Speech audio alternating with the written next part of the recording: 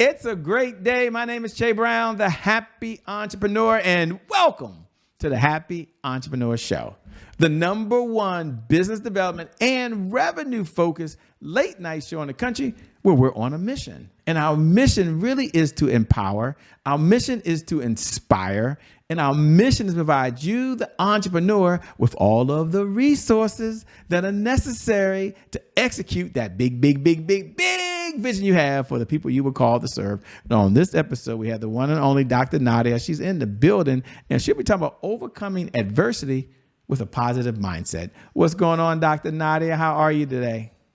I am good. I'm good. Thank you so much for having me on the show tonight. Well, it's good to be able to talk to someone that I've seen. I mean, I recently got a chance to see you. Sometimes I don't get a chance to meet anyone, only through these fiber optic lines. But you and I had a chance to meet each other and break some bread. So that's pretty cool. Here's my question. Folks are going to read your bio. We'll get into how famous you are, but they're reading your bio. Some people are already at your website looking at you and then Googling you. But we're talking about overcoming adversity with a positive mindset. My question is, in today's age, why are folks struggling to have the right mindset to achieve what they need in life? Why are we still talking about that in the year we're in now? Absolutely great question. And this is why I talk about having a positive mindset because we're not able to take the word no and change it into a yes or change it into a positive, be positive about it, right? Because every time we hear a no, we always have a little downfall. So I teach entrepreneurs how to take that no and turn it into something really positive where everyone will start coming and looking at you after getting that word no. Now, before we even get to the word no, you talk about positive mindset. And, mindset means different things to different people. Some people think a positive mindset means they got to jump up and down and shout and run all over the place. And some other folks think they just said something that made them feel good. I don't even know what mindset even means anymore. So can we slow down for a moment? Can you break down to you, what's your definition of a positive mindset? And what does that look like? What does that feel like for the person that's online, that's watching us right now? Of course. So having a positive mindset, like you said, is not just waking up every morning and smiling every day and, reading positive quotes, right? Having a positive mindset means that especially as an entrepreneur, you want to be able to go in knowing that no matter what adversity you may face within your business, it's always a good way to keep positive, right? Making sure that, especially when adversity comes in, as an entrepreneur, it's going to happen. If it hasn't happened to you yet, you may have just started your business, it's coming, right? And you have to understand that having that positive mindset, it's the difference between quitting or succeeding. And you have to understand how to succeed. How to succeed, especially in the times that we're going. And adversity. And then we're going to get into her background in a minute. We're going to ask her who is she and what's her backstory and all that in a second.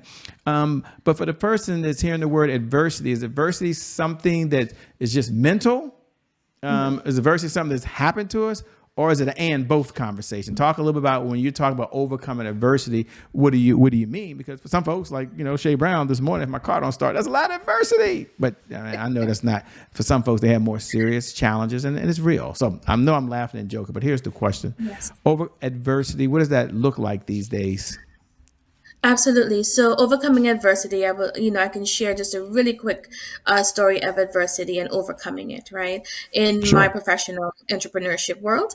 So I started my business, my first business, which was my sister keeper in January of 2020. And it was supposed to be a PR and marketing business. And I was going out there and I was going to represent all the businesses and get them customers. And listen, I did the planning till I crossed the T's and dotted all the I's. Like I had a fail-proof system of being a successful PR and marketing agency.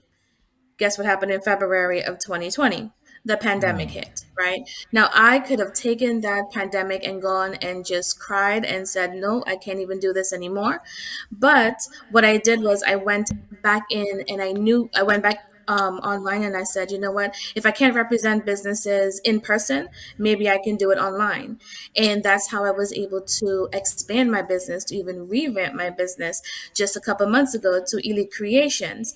Now, that's what having a positive mindset is, right? Is the difference between quitting or succeeding when something bad happens within your business that was unexpected, right? So getting yourself prepared for the unexpected is when you have to have that positive mindset, right?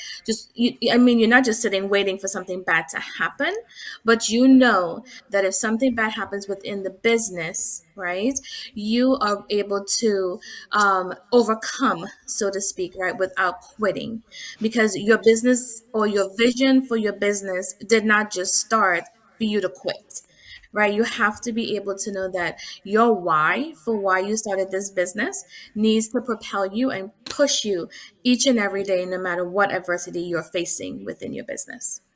I love it. I love how you said that. And, it leads us to another area, which is a number of folks who are watching right now, they can relate. They're dualpreneurs. And the good part of our audience are dualpreneurs. They have a full-time job and they're a full-time entrepreneur. Some of them are husbands, some are wives, some are in relationships, some have children they're responsible for, some are caregivers. I'm a caregiver, they're a caregiver. There are many folks out there that are involved in their social events or the faith community. And somebody watching right now, they're checking all the boxes. Shay, that's me, that's me, that's me, that's me, that's me. They got all this stuff going on. And the question I have for you that maybe you can help them is, what do you say to that person so they don't get into overwhelm? They're like, yeah, it's not really adversity.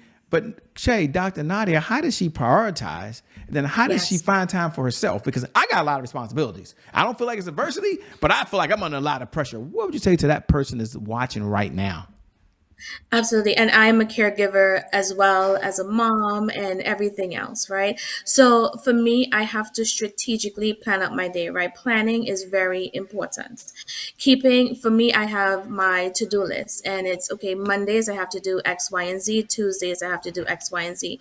Because if you are just going by the whim and trying to remember something off the top of your head to get done, you're going to feel overwhelmed. You're going to get burnt out, and you're going to get burnt out to the point where you want to quit.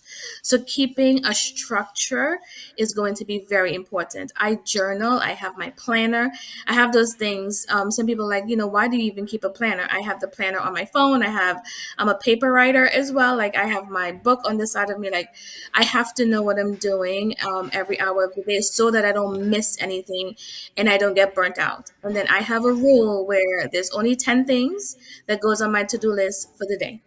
If number 11 comes, that will have to be either prioritized for the next day, or if it falls a little bit higher than something else on my list, then fine, I prioritize it. But understanding how to prioritize the activities within your day is going to be very important for you to do. I love it. And it leads us to the story of who are you? You gave us a little sneak preview of some adversity you had in the company changing directions. But here's the question for the person that has not read your bio yet. They haven't Googled you. Matter of fact, they're like, Shay, I didn't make it to the website. I like what I'm hearing. Sounds like she knows what she's talking about, but I really don't know this person. Slow down. Have her tell us a little bit. One, what's her backstory? Because everybody want to know the backstory. And number two, what was that defining moment that you said, you know what? Entrepreneurship is for me, and helping other people and entrepreneurship is for me. You know the question, who are you? What's the Right. backstory? Of course. So, of course, I am Dr. Nadia Monsano. I am also a United States Army veteran. I served 10 years in the U.S. Army. I did one deployment in Afghanistan and earned the Iraqi Freedom Medal of Honor. After retiring from the U.S. Army, I went into corporate America as an executive director for a pharmaceutical company. And of course, I've been working within that industry for a very long period of time. It's about over 15 years that I've been in that pharmaceutical industry. In January of 2020, of course, I decided to jump into the entrepreneurship world. And how can I say, by accident, so to speak, right? I learned how to start designing websites. So I am a graphic designer, I'm an award-winning graphic designer, and I help entrepreneurs come online professionally. I make aesthetically pleasing graphics for these entrepreneurs for as far as their logos, their marketing materials, their websites, so that other business owners or customers will want to do business with them because their graphics are aesthetically pleasing. But did I learn graphics throughout the years? No, I literally just learned it in 2020, and I just ran with it, so to speak. Wow. And if you can, talk about the importance of branding. And I know you weren't prepared to talk about this, but ladies and gentlemen, you're fortunate to have someone while she talk about adversity and overcoming it and having the positive mindset. She's not a in the box type of person. And so for the entrepreneurs that are listening out there, and for those that want to get personal development, I'm going to ask her again, like 2 or 3 things you can do to overcome adversity. So I will ask her that question, but can we put that to the side? Take a moment and talk about, you touched on it, and I don't want to just over gloss it, the importance of branding. What does it mean to a business? So they have that. And then how branding and marketing can really take the business to another level, by the way. So this is not just make me look good. You got a science to it. And stuff looks good. She'll tell you how to connect with her shortly. But here's the question. Branding, marketing. Those two, talk about those, please. Absolutely. So, of course, as an entrepreneur, you have to make sure that your business stands out from the rest, right? Again, we are in a saturated market with lots of entrepreneurs who have started business since COVID, right, or since 2020. So, you want to be able to stand out from the rest. Now, have you ever been scrolling on social media and that one graphic just made you stop? It made you stop because it caught your eye, it caught your attention, and you wanted to read more about what was going on that graphic. That's the branding part of the business that you have to be able to at least stop the person from scrolling to be able to get more into your business, right? So you don't want to have like a Word document for a flyer and you just posted it on social media, right? You have to show that you are investing in your business as an entrepreneur to make sure that you are showing up online professionally. That means that you have taken the time to invest in yourself and your business where others will want to work with you because you have aesthetically pleasing graphics, websites, and logos, and people will want to definitely want to work with you. Wow. I love it, boy. I love it. You broke that down so well. Take a moment if you can, and then, ladies and gentlemen, we're going to get into the next segment. 3 things, and it may be a summary of what you talked about, that someone can do to overcome adversity and keep that positive mindset. I like how you start off earlier. We're going to hit adversity. There'll be some ups and some downs, some highs and lows. It's called life. Okay. It's called life. So what are 3 things? And again, it's a general statement. Many of you at different places, different spaces in your life. But what are 3 things someone could do to really have a positive mindset when going through adversity? Of course, the first thing that I would recommend is, why did you start your entrepreneurship business? Your why needs to be much bigger than, oh, it's just a side hustle for me to make some money at the end of the day, right? Is it generational wealth building? Is it that you're the first entrepreneur in your family that is running a successful business, so you don't want to fail? Like, that why has to be really big so that when adversity comes, you don't quit easily, right? So understanding your why of why you're doing your business is very important. Two, to prevent burnout, like I said earlier, sometimes you have to take a moment for yourself. You're busy with family, you're busy with everyone else but yourself, right? So you need to make sure to take some time out for you. As far as you hear us always talk about self-care and mental wellness, making sure that you are okay to be able to run your business. So self-care is very, very important, right, for yourself. And of course, number 3, make sure you're doing something that you are passionate about. It's not just something that you would throw to the side very easily. You have to be passionate about what you are doing, especially if, like, for me, I'm a graphic designer. So when I design logos and websites, that is somebody's business or their building of their legacy that I am helping them with. So I am passionate about what I'm doing. So making sure you know your why, making sure you have some take better care of yourself. And then, of course, making sure you're passionate about what it is that you're doing as an entrepreneur. I love it. Said so well. We have a segment here, and it's a good segue, I believe. A segment here, and we'll maybe you've been through some adversity. We'll find out in a moment. And the segment is called "Today is my January 1st." Now, for those folks that know what I'm about to do, we do this every night, 11 p.m. Eastern Standard Time. You couldn't wait for this moment. You get to say those magical words. Today is my January 1st. Happy New Year to you. And for all the other folks who are watching, you're joining for the very first time, welcome to the Happy Entrepreneur Show family. Today is my January 1st is our personal mantra. It represents a fresh start. It represents a do-over. It means our past, no matter how dark and gloomy that past might be or how bright and sunny that past is, the past no longer really equals our future. And so my question for Dr. Nadia on the other side is really two parts. Number one, when you hear those words, today is my January 1st. What do you hear? What do you hear? And number two, when was an adversity you had in your life and how did you overcome it? Absolutely. I love sharing my the way I started my magazine line back in, of course, funny enough, January of 2020. I wanted to be on the cover of someone's magazine, right? But my business was very new and it just started. So every time I reached out to someone to be on their cover, they were like, no, your business is really new. You can't really be on my cover. Like, I can give you a quarter page in my magazine just for promotion purposes, right? But I just was so determined to be on the cover of a magazine.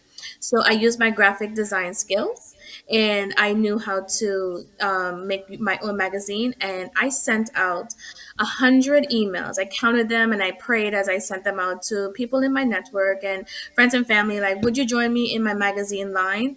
And out of 100 emails, there were just 7 people that said yes to me to joining my magazine line because I wanted it to be a give back program as well. And I'll talk about that a little later. And 7 people. Now, I could have been like, oh, I am not putting out a magazine with 7 people in it.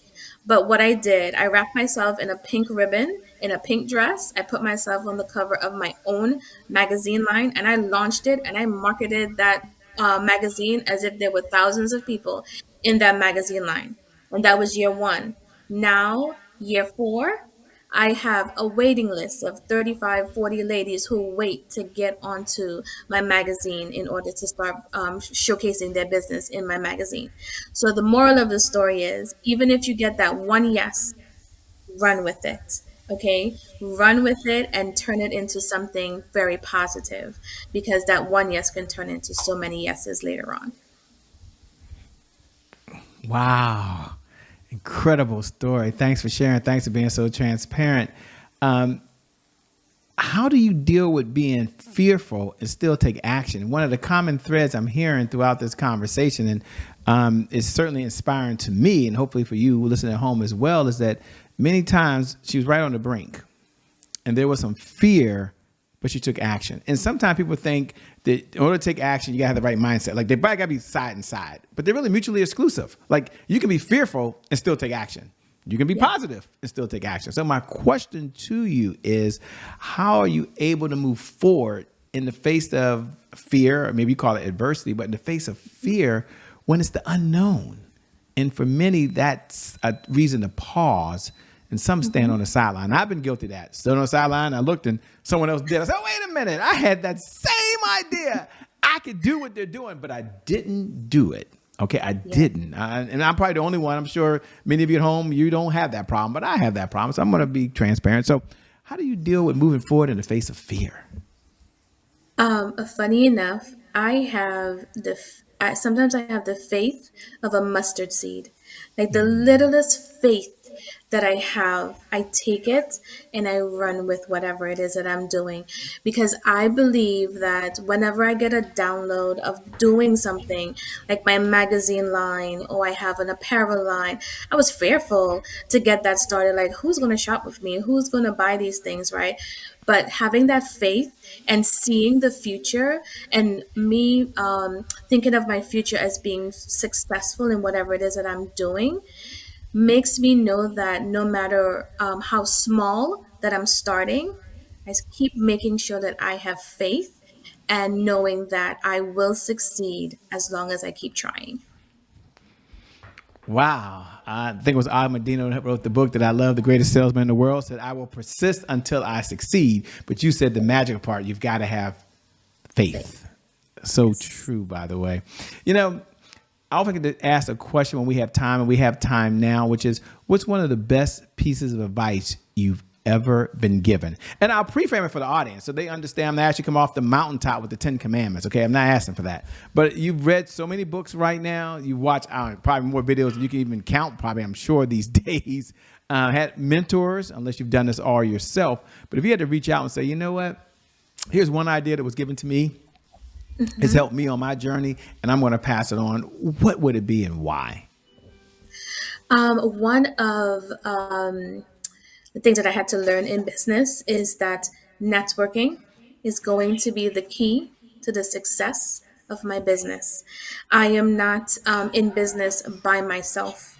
I have to make sure that I am networking with others to succeed, and learning how to be a team player and working with other entrepreneurs. So many times we work with other entrepreneurs as our competitors, and I can't work like that. I always make sure that I am networking with people who are like-minded, like myself, and I learn from coaches and I learn from people that I look up to know how to be successful in my own business. I am not doing this alone, because if you sit in your silo, just keeping all your secrets to yourself and doing your business by yourself, you're going to get burnt out.